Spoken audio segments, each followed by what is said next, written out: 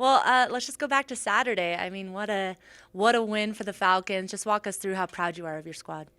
Well, it's as soon as that game concluded. I mean, it was one game, and regardless of that outcome, one way or the other, there's nothing we can do about it. And our guys know that this week. And more important, I think they know where our focus. They know where, and we've been really, really good. I thought we were alert on Sunday when it came to the quality of the transition that we had to have into a shorter week since we play on Friday, and had a really good practice yesterday on Monday, and we'll go at it hard today on Tuesday. And you guys had 2 weeks to prepare for that game with Colorado. Were you proud of the discipline it did take for them? Did they execute everything you were talking about with those 2 weeks? What we did during those 2 weeks, we took a couple of days and worked on some other situational aspects, and I think that'll help us when we get into October and November later in the season too because of it. Okay, and now obviously we're turning the focus to Boise State. You said that you did that pretty much immediately on Sunday, it seems. With the short week, how important is it to really get that overtime win out of your mind and focus up on the task ahead? Well, like I said, just the result, no matter what occurs with a result or an outcome, you're able to learn maybe from an experience. But what our guys want to do, they want to move forward. Our players do, our coaches do.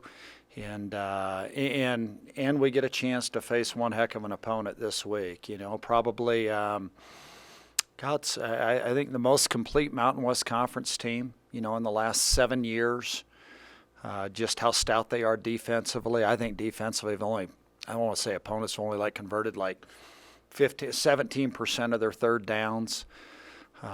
They're physical, they're fast, they're experienced, and then offensively have tremendous balance and have been very dynamic in the return game when it comes to special teams too. And to have the first Mountain West game of the season, is there a different excitement with that, knowing that, hey, we're jumping right into conference now? Well, we usually do. We never ever play a game later than our third game, at least in terms of our initial Mountain West Conference games. There have been years where it's been the second game. It's either going to be the second or the third game just because we have two other non-league games that are later in the season. And so, we get to play football. And that's the eagerness certainly that our guys have when we head into this Friday night.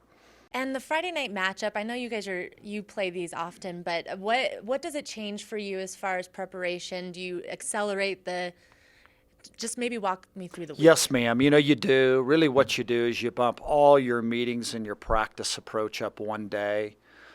Usually, at least with our players, when it comes to meetings with our players, all of our install and practices too, that usually initiates on a Monday.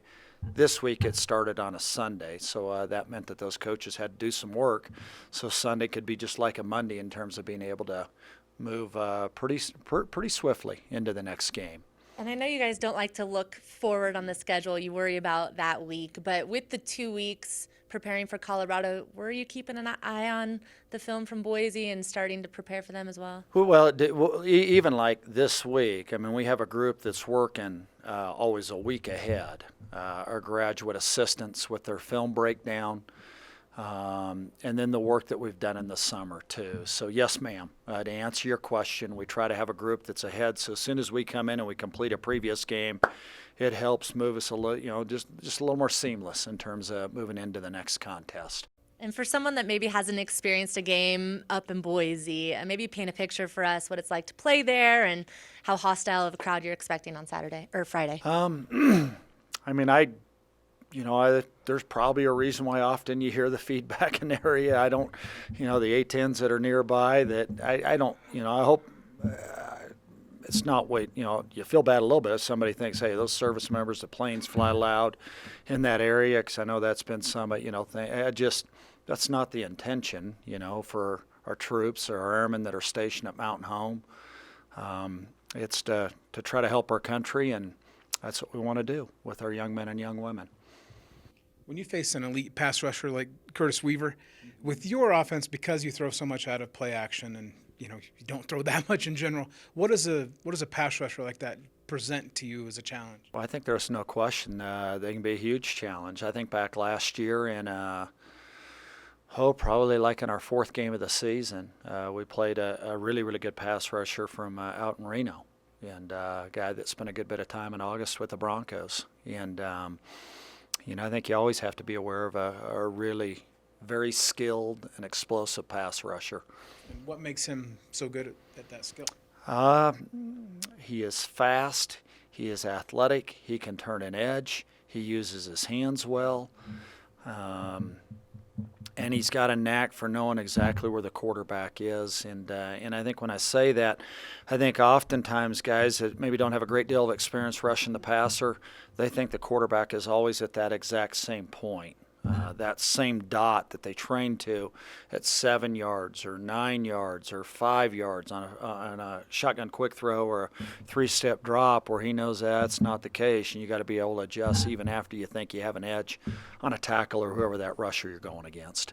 And then what does Hightower present offensively for them and in the special teams? Yeah, both ways, right? I mean, just highly explosive, very dynamic, good length.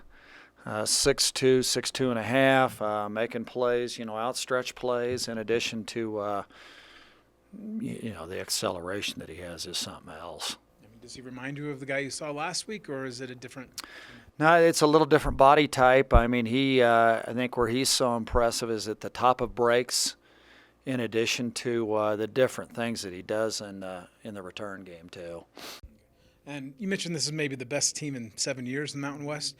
If you're going to face a team like that, would you rather do it this point in the season when you're still fresh, or later when you've kind of had things? I don't know if it matters. I mean, I think, golly, I mean, nobody's fresh as a daisy. I mean, I think as soon as you get in about 2 weeks into August, it's not a perfect tulip at that point, and golly, I don't know. I mean, is trying to think, when would that have been? And I guess it was about 3 years ago we played them, and it wasn't early in the season. We played them. That was a pretty good team. I think they were probably like 10-1 and ranked 18th in the country. So I don't know if you can necessarily pinpoint what time on the calendar.